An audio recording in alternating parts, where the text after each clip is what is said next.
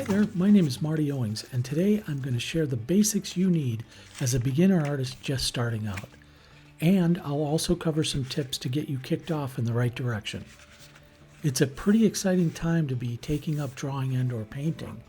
Art supplies are better, and most are more affordable than they've ever been before. Getting right to the basics is important, and I'll explain why as we get into things today. You don't need hundreds of dollars to get started. You don't even need $5 to get started realistically. All you really need is a number 2 pencil and a piece of paper. That's it. That's all you really need. That's the art supply company's secret that they don't really want you to know. That said, if you want to expand that kit a little bit, here are some of the basics. You'll need some brushes, you'll need some pencils, paper, some other things to go along with that. And I'll go over this stuff today so that you can see exactly what you need. This is the Humble number 2 pencil. Now, this is a very easy choice. It's cost less than 50 cents, and I still carry one in my kit every day. So this is the Humble number 2. This is an HB pencil, and this is a pencil that you can use every day to draw great things. This is a pink pearl eraser. You're going to make mistakes. It's good to have an eraser with you. That's okay. I still make mistakes, and I've been drawing for 40 years. This is a Faber-Castell 9000 pencil sharpener. The thing that I really like about this pencil sharpener, I'll talk a little bit more about this pencil sharpener as we go on in the video, but it sharpens 2 different types of pencils, a regular standard pencil like the Humble number 2 and a jumbo pencil. It also catches all your pencil shavings in a little container there so you're not making a mess. And it folds up nicely and packs up nicely in your kit. This is a water brush. This is a Pentel Aquash water brush. And what you do is load it up with water, squeeze it, water comes out, and you can watercolor paint with this. Or use water-soluble pencils, do ink washes. You can do just about anything with that one. Here is a Aquafine, Dale & Rowney Aquafine watercolor kit. It's got 10 colors in it and a handy travel brush and a place to mix your paints. It's very inexpensive at about $16 or so you're not going to break the bank on that. I mentioned earlier that you'll need a sketchbook or pieces of paper. You might as well get that in a sketchbook format. So I chose the Hahnemühle. The Hahnemühle sketchbook is a watercolor sketchbook, and it's great because you can draw and or paint in it. It costs less than $12, and you can often find it under $10 on sale. Now this is a Rembrandt watercolor kit, which is considered artist grade watercolor. The palette I showed you before, that Aquafine Dale & Rowney travel kit, is considered a student grade travel kit.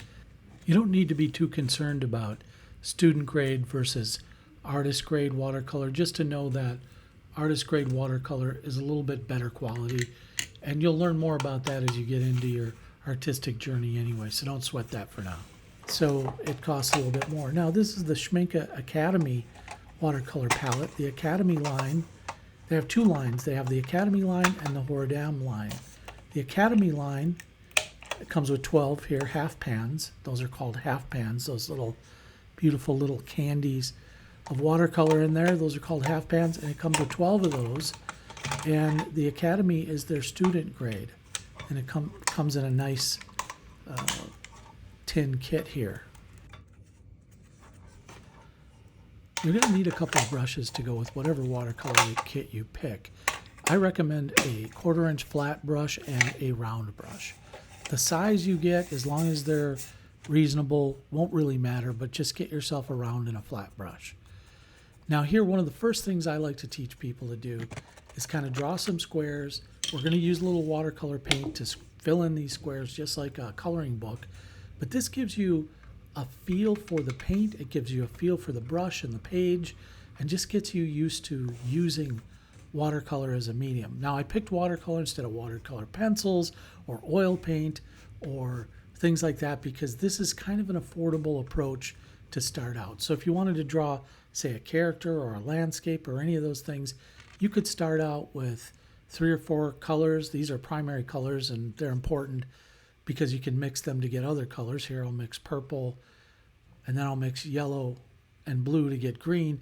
But you can mix lots of different colors together to get other colors. If you get a kit with a nice variety of primaries and complementary colors, you'll be able to do a lot with that. But don't worry about overbuying. Nobody ever became a great artist by shopping for art supplies.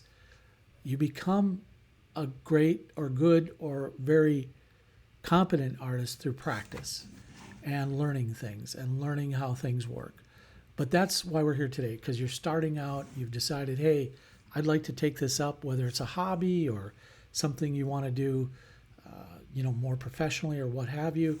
You've got to start somewhere. And part of that is just opening up the book or getting out a piece of paper, getting some paint or a pencil, and just going to work. Just do what gives you joy, draw things that excite you. But starting here is a good place to start, just to get a feel for the brush and the paper and, like I said, the paint.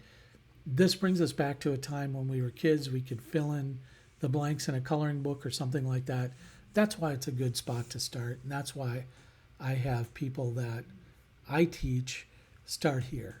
This is a pretty simple, straightforward way to get engaged with the art supplies that you have. Again, we're working with a small kit. That's great. That's a good place to start.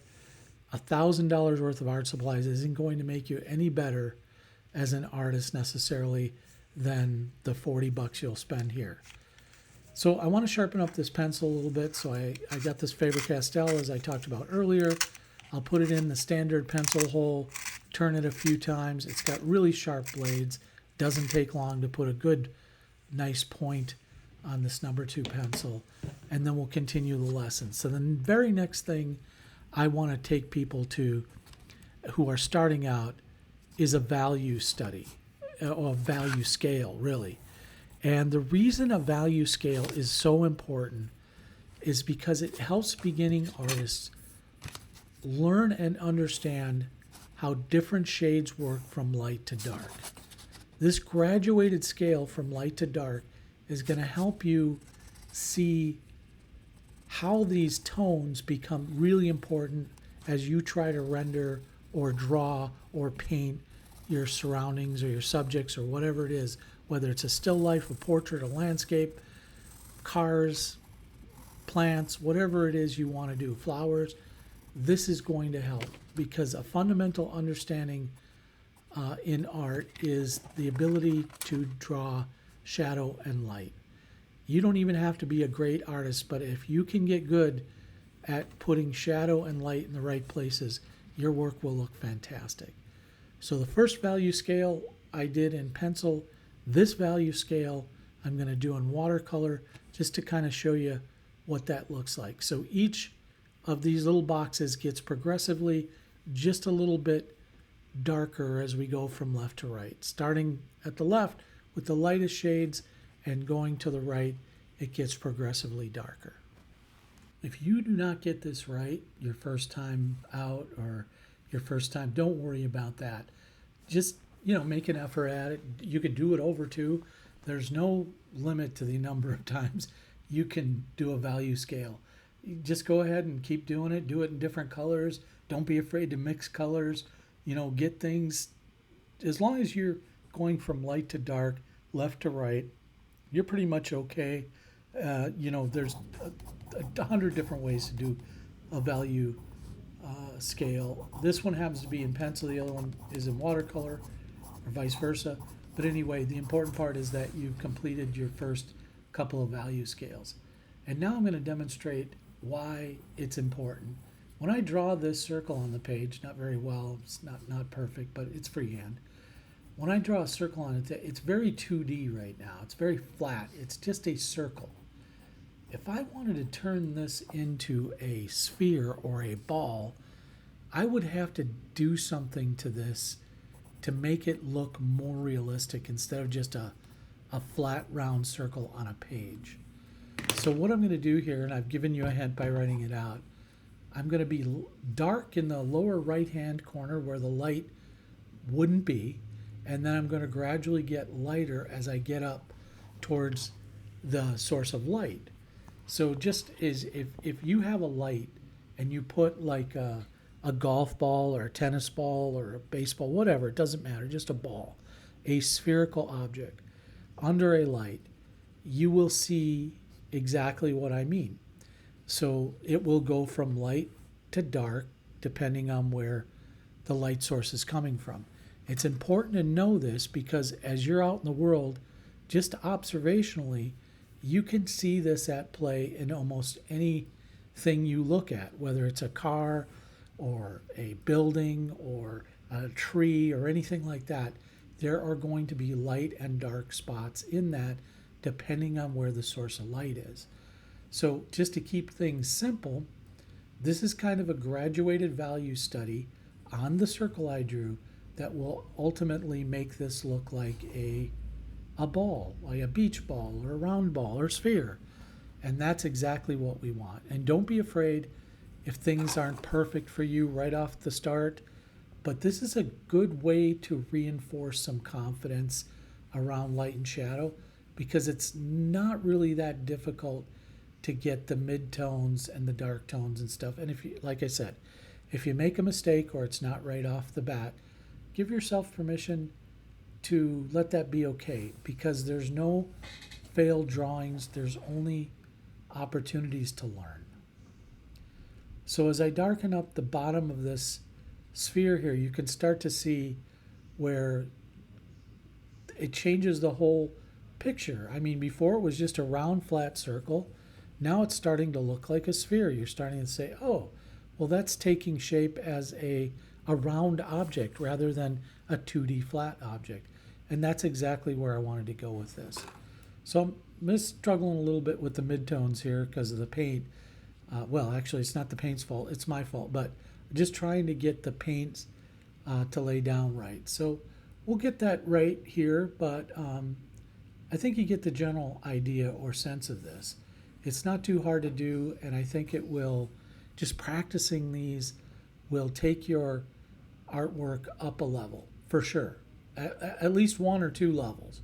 Because what you do here is you're just, whether or not you're intentionally realizing it or not, you're teaching your mind to work in a way that makes sense to the observer. So here I'm going to apply this theory or practice, not theory, practice, in a little bit more, in a different way. So this is a tree. I love to draw trees. I love nature. I did this, just a quick sketch of a pine tree. We're looking directly at it. There's no top, bottom. We're just kind of taking a middle slice of the tree here, looking directly at it. And if I figure my light source is the same as the sphere, it's somewhere off to the left, then obviously, because the tree is round, it's going to get darker on the right. So do you see right here as you're starting out painting and you add this effect, it will add a believability to this tree because now it looks round. It's no longer a flat 2D object. Now it's a round object with light and shadow, just as we'd see it in real life if we were observing this tree out in the field or in the wild.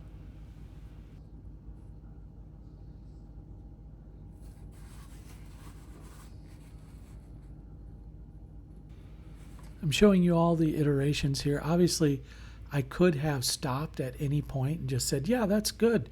Just leave it alone. And maybe I should have. That's one of the big challenges as you begin your artistic journey is knowing when to stop working on something. And that will be something that you wrestle with for a long time in your career. And I still wrestle with it. So, and I've been doing art for a long, long time. So basically, I could say, okay, well, this is probably good enough. I'm going to go ahead and darken up that right side, clean this up a little bit, and then leave it wherever I leave it. But as long as it doesn't look too pronounced, like there's a line there and there's another line, I mean, I think it's fine. It's okay. And it's good just for the learning experience.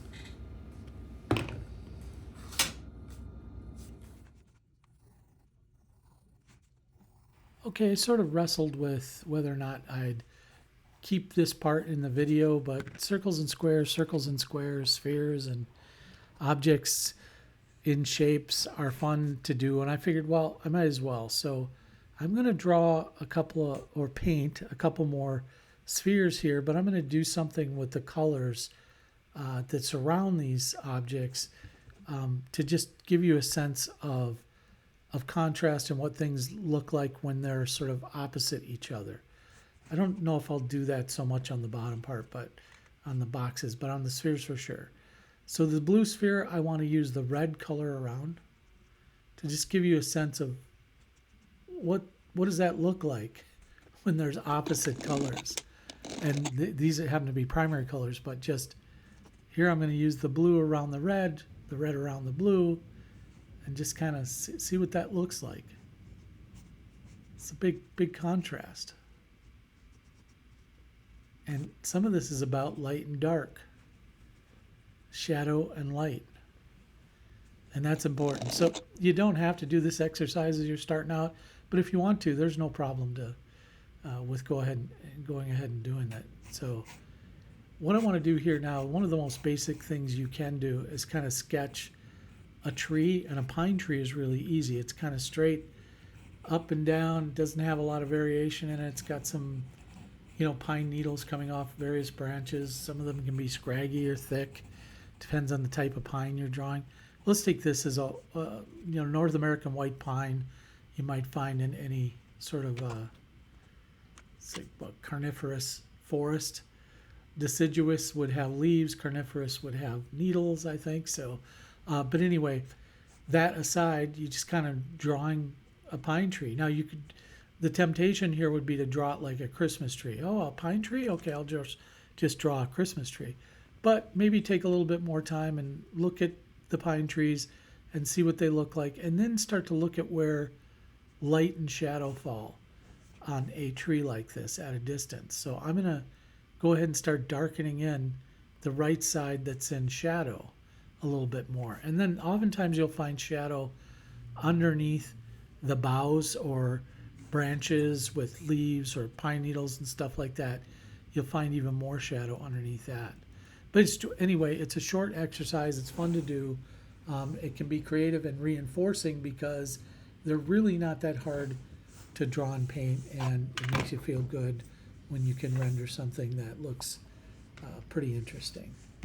All right, last thing to help kick you off in the right direction with your new art supplies, I'm just going to do a little landscape here with rocks on it. So I'm going to draw some objects that kind of look like rocks. I'm not going to be too worried about being perfect or straight on everything here. I just really want a landscape, grassy landscape, maybe with some rocks on it. Imagine this is in a field somewhere, that's fine, or some rocky landscape. And I'm going to use my flat brush to kind of color in or add some color to this rock here, this boulder. Scale is important, but that's a whole different section to learn. Right now I'm trying to help you get started with the basics of light and dark. So shadow and light. So these rocks will have various shadows in them, and you can already see them start to form in my pencil drawing. You could see that I added a little bit of shadow on the right side of these rocks. Again, and let's just say for talk's sake or argument's sake that the light is coming from the left side here. So now I made it even more pronounced in the shadow so that you can see even more contrast, so that there's no ambiguity about where the light and shadow are in this particular landscape. Now, rocks are a little tricky. They're craggy, so they have some nooks and crannies, and light may fall in places where it might be uninspected, and shadow may do the same. So close observation helps a bit with that. So I started to get a little muddy there. I went in with a tissue and took out that big shadow I had there. So I'm trying to cast the shadows to the right. There might be other objects out of scene also in shadow. So depends on what you want in your composition. That's a whole different section too, composition, or what to include in your drawing. Now I'm just using here is like a dry brush technique to drag the paint across the paper and create grass.